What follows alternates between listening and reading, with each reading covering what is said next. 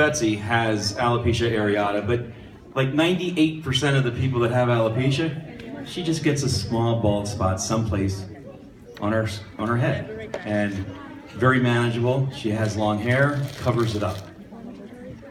So when Maddie started to lose her hair, it was noticeable, and we pretty much knew what it was, but we were kind of in denial. We wanted to cover it up more than we wanted to acknowledge it. And to make a long story short, we got to the point where we made every mistake in the book. And a lot of the people that have spoke already told you the types of things that you shouldn't do as a parent, that we pretty much all do because we love our kids.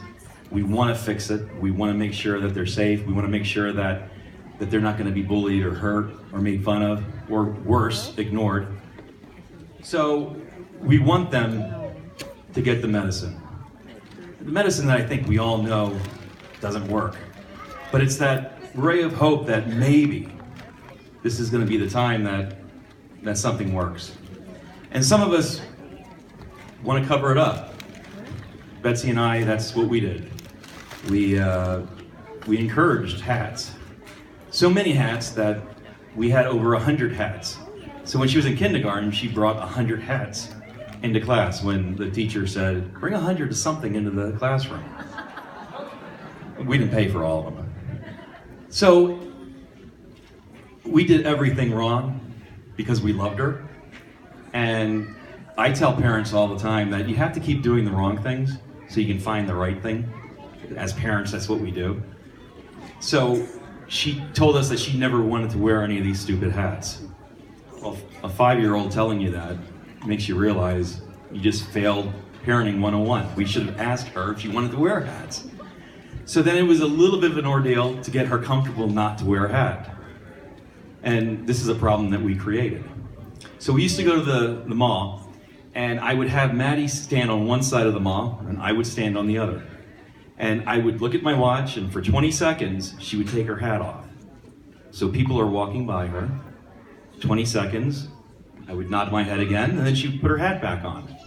Then we'd meet in the middle, and I'd ask her, so was everything okay? Did anybody say anything? Did they smile at you? Did they laugh at you? And she would always say, no, they just smiled at me. I'm like, well, that's good, because nobody was smiling at me waiting for you. So it just became apparent that she's gonna get that smile. Usually that little girl has cancer smile. But it was an opportunity for her to give a bigger, brighter, greater smile. Because when you do that, the person on the other end's gonna smile a little bit better than at the beginning. And it shows that she's happy, it shows that she's healthy. And that's the thing about alopecia. Most of our kids are healthy. They just lose their hair. And so many people talked about being normal and being different. Those words really mean nothing to me because everyone is different, and that really is normal. Every time I speak in schools, that's exactly what I say. That if you have brown hair or blonde hair or red hair, that's just as different as having no hair. And if you think that you're just like everyone else, I can promise you, just by looking at all of you right now, you're all different. There's no one out there that looks the same.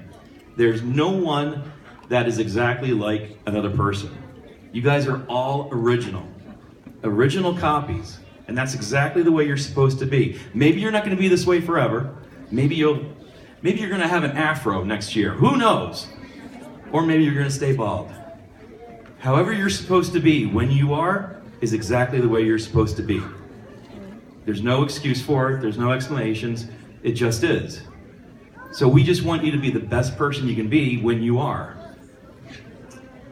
To go back on a couple of things.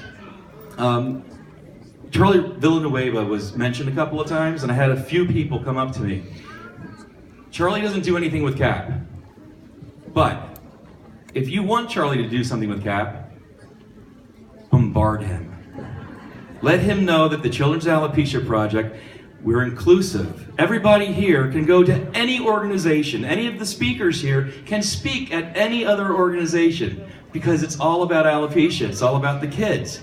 So if you want Charlie, contact Charlie and say the Children's Alopecia Project wants him to be part of our family, because all of alopecia is a big family. Not just CAP, not just another organization. So we want Charlie, we want everyone to be able to speak. Just a minute.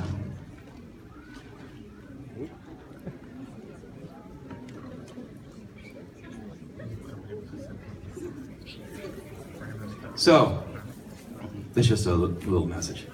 So, I decided to start CAP because every mistake that I made as a parent, I was starting to see what you could do.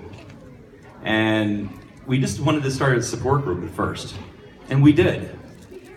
We had 2 parents with kids, and then we had 3. And so for the first year, it was pretty much 3, 4, 5 parents. And yes, I was frustrated. And I tell everybody that has a support group, don't be frustrated. But I was, because I was thinking, look at all these people that aren't coming. I know there are people in our neighborhood. There are people in our state. Because people are contacting us, so why aren't they coming? I didn't really think that the excuses were real. You know, who cares if soccer? Come on, get rid of soccer. You come here. This tournament, that tournament. It wasn't until my kids started getting bigger that I understood that there's just so much going on in life. But I never stopped, and I was relentless. And I wanted to make sure that we were consistent with meetings, because I knew that people would come. And eventually they did. And then we got a website. And then people started contacting us from all over Pennsylvania, and then New Jersey, Maryland, Delaware, and before you know it, all over the country, and then the world. So this little nonprofit, which is still little, started because technically I was a bad parent. And I was selfish. I wanted to cover it up. And then I realized I was wrong. And today is more important than tomorrow, and it's more important than yesterday. So I don't care about the hair from yesterday, and I don't care about the treatments and the cures tomorrow. Right now is the most important time, and that's why CAP is here. We're not trying to do anything else other than build self-esteem, provide support, and raise awareness. So even though you guys think that you're getting something out of this, trust me, I'm getting so much more, because it helps me every single day as well. And I'm just more involved than you guys. But by you guys being here, you guys are contributing to everyone else's success. Every question that you had from every person that spoke and will speak helps somebody else. Even if you're asking how old they are or if they have a boyfriend. Because it gets humanized, because the kids are engaged. They're asking questions. It's hard to get kids to ask questions, even if it is silly sometimes. So I'll take some questions as we're killing time. I'm not going to sing though. Yes, technically Maddie's the first CAP kid, and she's going to college, and she's 18. So technically, she's not a CAP kid anymore. She's just a volunteer. So, yeah, she goes to college, Philadelphia University, in August. Don't clap yet. I didn't get any grades yet, and I'm not sure where I'm getting the money.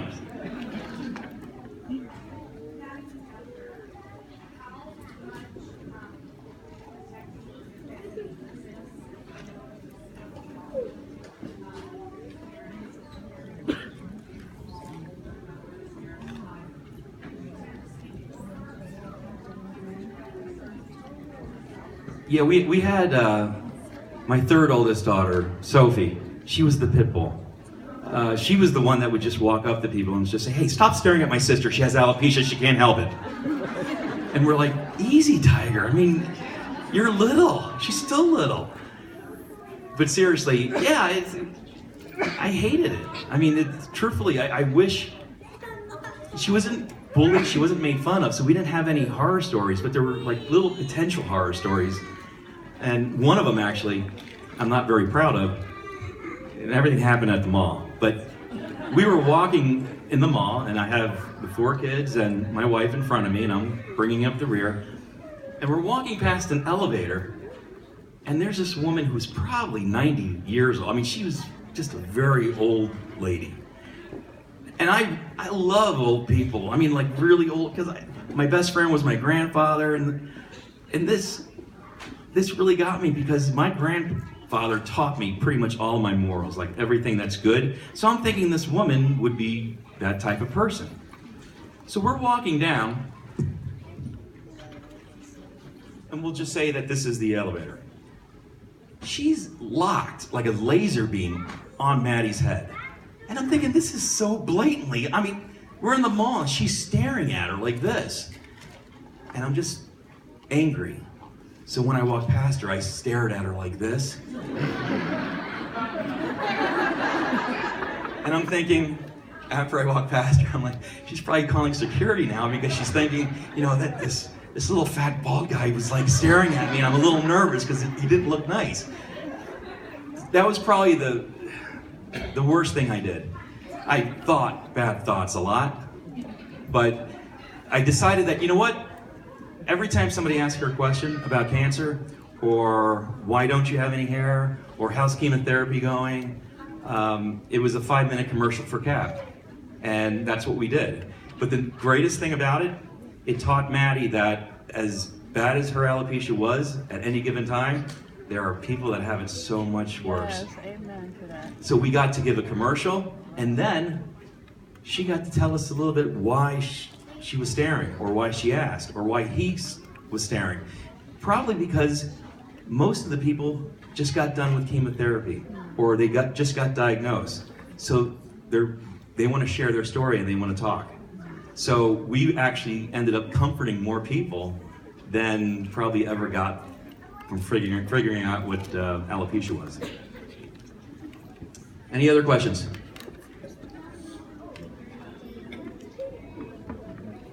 No, I cannot do the whip and nay-nay. I don't even know what that is. No, I have a bad memory. Yes. I can't dab either, I like the Packers. I have to be politically correct here. I don't want to offend anyone. Any other questions? Yes. Ask Lindsay, she knows all about it.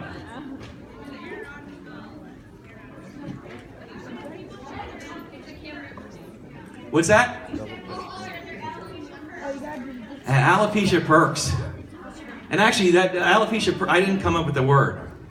I actually heard the whole, the gaggle of females over there talking about it, and that was the first time I heard about it. But an alopecia perk is just simply something that you benefit from because you have a child with alopecia. Case in point, I travel a lot talking to schools, and I rent cars. Now, on the budget that I'm on, we usually get a compact because it's the least expensive. So Maddie came with me when we were doing parts of California, and we were on a road trip. So we got off the plane, we got to the rental place, and my compact car got upgraded. And I'm like, oh, that's great, thank you so much. Would you like a convertible? Yeah, I would love a convertible. So I'm thinking, this is awesome. Until I realized, Maddie's with me. But I'm not saying anything, thank you. So at the beginning, you'd apologize, or like, oh, no. She doesn't have cancer, she has alopecia. You don't have to do that. Oh, no, I insist. Oh, no, you don't. So I used to fight it, and then we came up with a rule. Okay, we're gonna say no twice. No, don't do that. No. Okay, thank you. Then it came down to once. No. Okay, thank you. It's just easier that way because we realize that we're not really taking advantage of anything. And the reason we're not taking advantage of it is because the person that wants to do something good for someone else because of a visual deficiency in their eyes, it's not really a deficiency for us. So we're actually letting them feel good about doing something. Because let's face it, who enjoys giving? Who enjoys giving? Raise your hand if you love making people happy by giving them something, a gift, something of yourself. So how would you feel if I said, no, I don't want what you want to give me? I would be upset. So we say yes. So don't feel guilty. Now, if it's a new car, you might want to say no. Or if it's something of value like that, but normally an alopecia perk